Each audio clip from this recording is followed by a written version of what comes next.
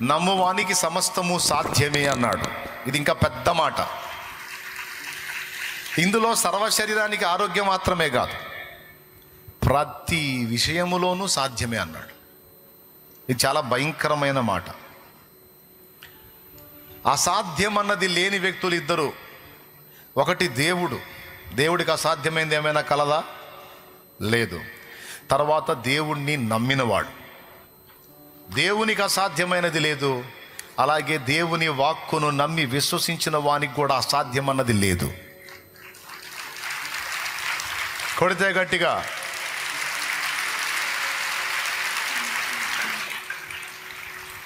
ఓకేనా?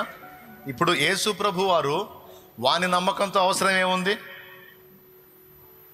వచ్చావా, టచ్ పో అనొచ్చు, లేకపోతే ఇదిగో తాకాను పో అనొచ్చు, లేకపోతే ఇంకొకటి అనొచ్చు, వచ్చావుగా ఇంక అయిపోయింది పో అనొచ్చు. కానీ అలాగ అంటల్లా ఆయన. నమ్ముట నీ చేతనైతే నమ్మువానికి సమస్తము సాధ్యమే అన్నాడు. ఏమి నమ్మాలి?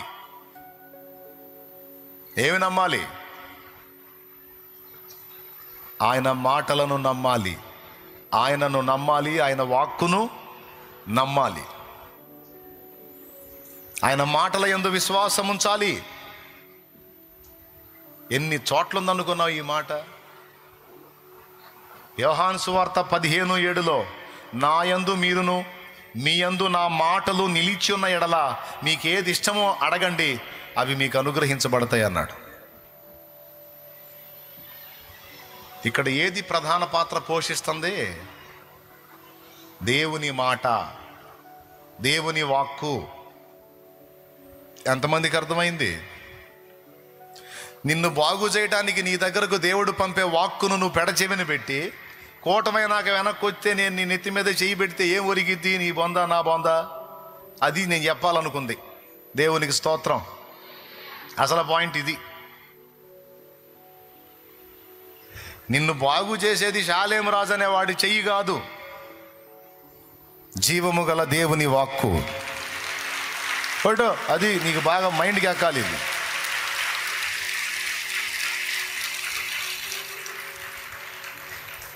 ఆ వాక్కు ఎంత శక్తి గలదంటే అది నీ హృదయంలోగా నువ్వు తీసుకోగలిగితే నేను నీ మీద చేతులుంచే నిమిత్తం లేకుండా నేను హీల్ అయిపోతావు. నేను నీ మీద చెయ్యి ఉంచి నీ మామిడికేసి బాధాల్సిన అవసరంలా. ఈ మాటలు వింటూ ఉండగానే నువ్వు హీల్ అయిపోతావు, స్వస్థత పొందుతావు. తెలుసా నీకు ఆ సంగతి? చాలామంది అనుకుంటారు యేసు ప్రభు ముట్టే బాగు చేశాడని. ముట్టి కాదు, ఆయన వాక్కు ద్వారా బాగు చేశాడు. అలాగన విశ్వసించిన వాడిని పెద్దగా మెచ్చుకున్నాడు యేసయ్య. శతాధిపతి ఏమన్నాడో తెలుసా? మాట మాత్రము సెలవిమ్ము మా బ్రతుకు మారిపోతుంది, మాట మాత్రము సెలవిమ్ము మాకు విడుదల దొరుకుతుంది. మాట మాత్రము సెలవిమ్ము మా బ్రతుకు మారిపోతుంది, మాట మాత్రము సెలవిమ్ము మాకు విడుదల దొరుకుతుంది. మాట మాత్రము సెలవిమ్ము మా బ్రతుకు మారిపోతుంది, మాట మాత్రము సెలవిమ్ము మాకు విడుదల దొరుకుతుంది. నీ మాట కోసమే యేసయ్య మా కన్నీళ్ళు ఎదురు చూసేనయ్య. నీ మాట కోసమే యేసయ్య నా కన్నీళ్ళు ఎదురు చూసేనయ్యా. మాట మాత్రము సెలవిమ్ము మా బ్రతుకు మారిపోతుంది, మాట మాత్రము సెలవిమ్ము మాకు విడుదల దొరుకుతుంది. మాట మాత్రము సెలవిమ్ము మా బ్రతుకు మారిపోతుంది, మాట మాత్రము సెలవిమ్ము.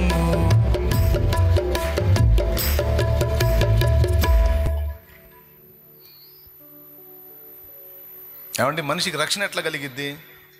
మాటను విశ్వసించుట ద్వారా. యేసు ప్రభు అని నీ నోటితో ఒప్పుకొని నీ హృదయమందు విశ్వసించుట ద్వారా నీవు రక్షింపబడుదువు అన్నాడు రోమాపత్రికలో. వినుట వల్ల విశ్వాసము కలుగును, వినుట దేవుని గూర్చిన మాట వలన కలుగును. దేవుని మాట వెల్లడైనప్పుడు మనిషి విశ్వసిస్తాడు, విశ్వసించిన వాడు రక్షించబడతాడు. ఇప్పుడు రక్షణాధారం ఏమైంది? ఆయన వాక్కు. చూడు, ఒక మాటకి ఇన్ని లింకులు ఉన్నాయో చూడు. ఏముంది?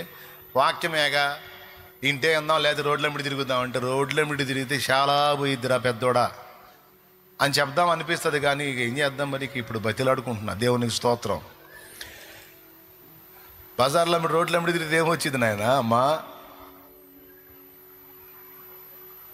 ఉన్నంత మాటలో ఉంది, ఆయన వాక్కులో ఉంది శక్తి. చేతుల్లో, కాళ్ళల్లో, మూతుల్లో లేదు. ఎక్కడుంది? ఆయన వాక్కులో ఉంది.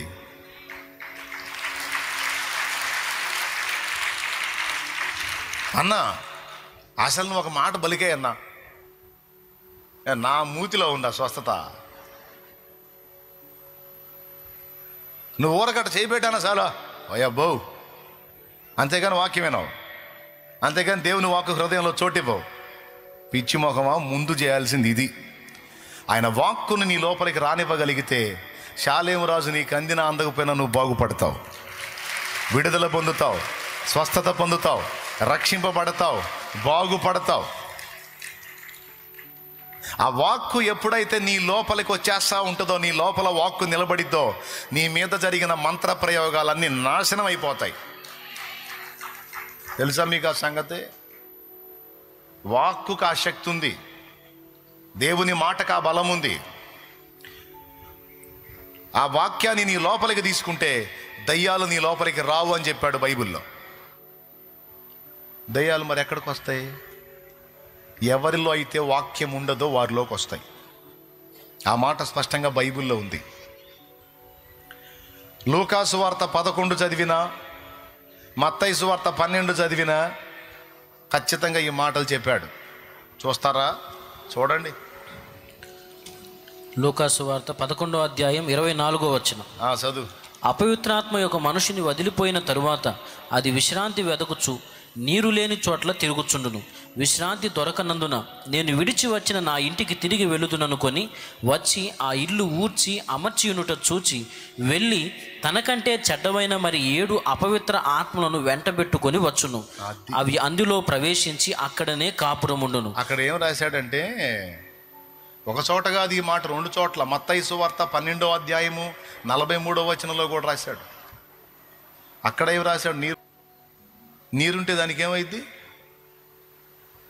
దెయ్యానికి నీళ్ళంటే పడవ అయింది. అపవిత్రాత్మకు నీళ్ళంటే పడవ. మరి నీరు లేని చోట్ల తిరగటం ఏంది? అది అంటే నీరున్న దగ్గరికి అది రాదా?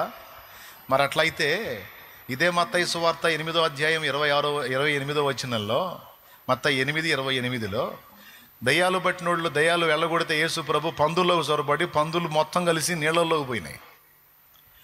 ఆ నీళ్ళలోకి తీసుకెళ్ళింది ఏవి? పందుల్ని. ఓయ్ చెప్పు, ఏవి? దయ్యాలు. ఏడికి తీసుకెళ్ళినాయి? మరి నీళ్ళంటే పడవ దయ్యాలకి? నీళ్ళంటే పడవని కాదు, నీరు అంటే వాక్యం. మనుషుల హృదయాలు వెతికిద్దది దయ్యం. ఏ హృదయంలో దేవుని వాక్కుకు స్థానం లేదో అక్కడ కూర్చుంటుంది అది. ఎవరి హృదయంలో దేవుని వాక్కుందో వారి లోపలికి దయ్యం ప్రవేశించలేదు.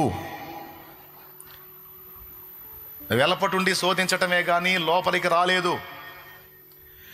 ఎవరిలో అయితే దేవుని వాక్కు ఉండదో వారిని శోధించిద్ది, ఒక ఆట ఆడుకుంటుంది. ఎంతమందికి అర్థమైంది? మరి ఇప్పుడు సీరియస్గా తీసుకోవాల్సింది ఏంది? చదవాల్సింది ఏంది? ధ్యానించాల్సింది ఏంది? వినాల్సింది ఏంది? హృదయంలోకి తీసుకోవాల్సింది ఏంది? భద్రంగా కాపాడుకోవాల్సింది ఏంది? అది ముందు ఇది. దీన్ని పక్కన పెట్టి ఇక మిగిలినవి చేసినవన్నీ ఏమవుతాయి? తిక్కల పనులేగా, వాటికి అంత ఆన్సర్ లేదుగా. అది రహస్యం. ముందేది, తర్వాత ఏది? ప్రభు చెప్పాడు, అక్షయమైన దానికోసం కష్టపడండి, క్షయమైపోయే దానికోసం కష్టపడొద్దు. ముందు వెతకాల్సింది అక్షయాహారం, తర్వాత మీకు క్షయమయ ఆహారం దేవుడు ఇస్తాడు. మీరు దానికోసం ఇబ్బంది పడాల్సిన అవసరంలా. మొదట ఆయన నీతిని రాజ్యమును వెతకండి, పిదప మీకు అన్నీ దొరుకుతాయి అన్నాడు ప్రభు. ముందేది తర్వాత ఏది. అందుకే మీ అందరికీ చెప్తున్నాను, నువ్వు దేవుని మాటల్ని లోపలికి తీసుకోకుండా, దేవుని మాటలకు నీ యందు స్థానము లేకుండా, నువ్వు నా దగ్గరికి కాదు, నువ్వు ఎంతమంది దగ్గరికి తిరిగినా బాగుపడవు. నువ్వు బాగుపడాలనుకుంటున్నావా? రక్షింపబడాలనుకుంటున్నావా? దేవుని మాటలు తీసుకో. స్వస్థపడగోరుచున్నావా? దేవుని మాటలు తీసుకో. ఆరోగ్యంగా ఉండాలనుకుంటున్నావా? దేవుని మాటలు తీసుకో. తెలివి జ్ఞానం కలిగి ఉండాలనుకుంటున్నావా? దేవుని మాటలు తీసుకో. నువ్వు చేసే ప్రయత్నాలన్నీ సఫలం కావాలని కోరుకుంటున్నావా? దేవుని మాటలు తీసుకో. ఇవన్నీ ఆయన వాక్కులోనే ఉన్నాయి. వరకు క్లియర్గా అర్థమైందా? దేవునికి స్తోత్రం. ఆయన మాటలోనే సమస్తము ఉన్నది. కాబట్టి ఇప్పుడు మనకి ఏది మెయిన్ కావాలి? రైట్. ఆ మాటను వదిలిపెట్టి ఒట్టి చేతులు ఉంచితే ప్రయోజనం లేదు. దయ్యాలు ఎక్కడుండో, ఎక్కడ ఏ మనిషిలో దేవుని వాక్కు ఉంటుందో ఆ మనిషిలో దయ్యాలు ఉండలేవు.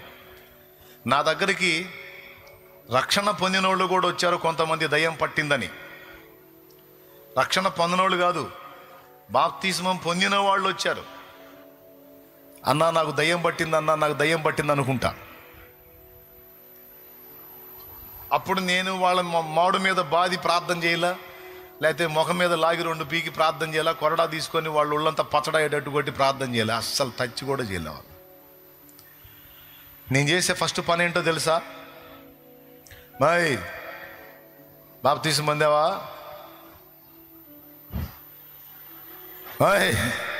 పొందావా? పొందా. ఎప్పుడు పొందావు? కళ్ళు తెరవు. ఎప్పుడు పొందావు? కళ్ళు తెరిచి చెప్పింది 4 ఏళ్ళు అయింది. 4 అయిందా? 4 ఏళ్ళు అయింది. చదువుకున్నావా? ఇంటర్ చదివా. ఎంత చదివావు? ఇంటర్ చదివా. సరేదా అబ్బాయి, బైబిల్దే తీ. నీలో ఎవరున్నారంటున్నావు నువ్వు? దయ్యం ఉందంటున్నావు.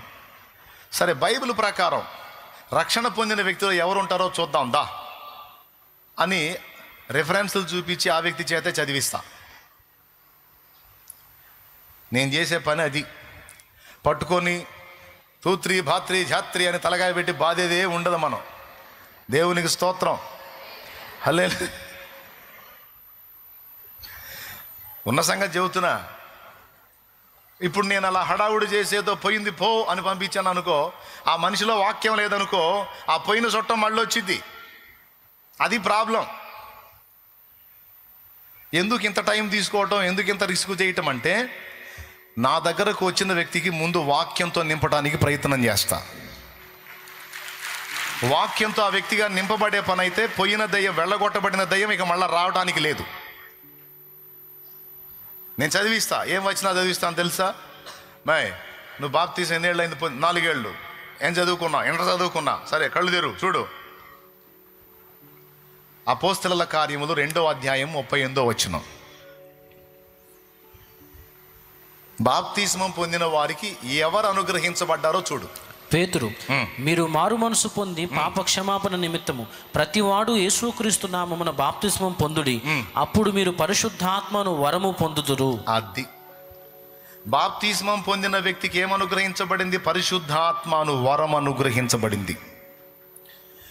క్రీస్తు రక్తము చేత కడగబడి బాప్తిస్మం ద్వారా పరిశుద్ధపరచబడినటువంటి నీలోనికి పరిశుద్ధాత్ముడు ప్రవేశించాడు. అందరూ వినండి. ఇంకా బాప్తిస్మం పొందకుండా ఇక్కడ ఎవరైనా ఉంటే వాళ్ళు కూడా వినండి. బాప్తిస్మం పొందక ముందు నీ పాపాలన్నీ నీ నెత్తినే ఉంటాయి. బాప్తిస్మం పొందినప్పుడే పాపములు కడగబడతాయి. అపోస్తలుల కార్యములు 22వ అధ్యాయం 13, 14 వచనాలు అనుకుంటా. ఒకసారి చూడు. 7వ వచనం నుంచి కిందికి చదువు. 22. నేను నేల మీద పడి సౌలా సౌలా 13, 14 వచనాలు చూడు ఒకసారి. సౌలా సహోదర, అది ఆ మొక్క వినండి. అయ్యా, బాప్తిస్మం పొందనోళ్ళు వినండి, పొందినోళ్ళు వినండి, పొందనోళ్ళు కూడా వినండి. 14 చదువు. అప్పుడతడు మన పితరుల దేవుడు తన చిత్తమును తెలుసుకునుటకును ఆ నీతిమంతుని చూచుటకును ఆయన నోటి మాట వినుటకును నిన్ను నియమించి ఉన్నాడు. నీవు కన్నవాటిని గూర్చియు విన్నవాటిని గూర్చియు సకల మనుషుల ఎదుట ఆయనకు సాక్షివై ఉందువు. గనుక నీవు తడువు చేయుట ఎందుకు? లేచి ఆయన నామమును బట్టి ప్రార్థన చేసి బాప్తిస్మం పొంది నీ పాపములను కడిగి వేసుకొనుమని చెప్పాను. అదయ్యా, బాప్తిస్మం పొంది పాపాలు కడిగేసుకో అన్నాడు. మీరు చెప్పండి, అందరు చెప్పండి. బాప్తిస్మం పొంది, సౌండ్ పెంచండి. ఏమండి, నీరసం నాకండి, మీకు కాదు. ఏందండి, పెంచండి, సౌండ్ పెంచి చెప్పండి. బాప్తిస్మం పొంది, వాళ్ళు చెప్పట్ల, నోరే తెరవట్లేదు. అందరు కలిసి చెప్పండి. బాప్తిస్మం పొంది పాపాలు పాపాలు పాపాలు అనుందా లేదా? బాప్తిస్మం పొంది కడిగేసుకో అంటే, పొందకపోతే నెత్తినే ఉంటాయిగా. ముందేం చేయాలి? దానివల్ల ఏం జరిగిద్ది? ఎప్పుడైనా కంచం కడుక్కోకుండా అన్నం తిన్నావా? తెప్పాల కడుక్కోకుండా వండావా? వాళ్ళకెళ్ళి చూస్తున్నాను, మీరు కదా. అంటే వాళ్ళలో కూడా ఉండొచ్చు, దాన్నే ఉంది. కానీ ఆమె పుట్టింటికి పోయినప్పుడు వండుకోక ఏం చేస్తాడు? దేవునికి స్తోత్రం. తెపాళ్ళ కడగకుండా వండుతారా? కొత్త ఇంట్లోకి జాయిన్ అయ్యేటప్పుడు ఇల్లు కడుక్కోకుండా ఇంట్లోకి ఎంటర్ అవుతామా? ఫస్ట్ చేసే పని ఏంది? అంతకుముందు వేరే వాళ్ళు అద్దెకుండి పోయారండి, ఇప్పుడు మనం ఉంటున్నాం. ఫస్ట్ చేసే పని ఏంది? ఇల్లు కడుక్కుంటాం. అలాగున పరిశుద్ధాత్మ దేవుడు మనలోకి రావడానికి ముందు చేసే పని ఏంటంటే, ఆయన మనల్ని యేసు రక్తంతో కడుగుతాడు.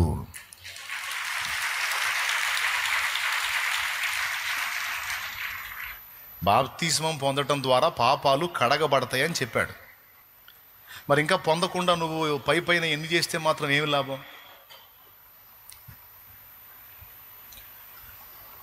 అవునా?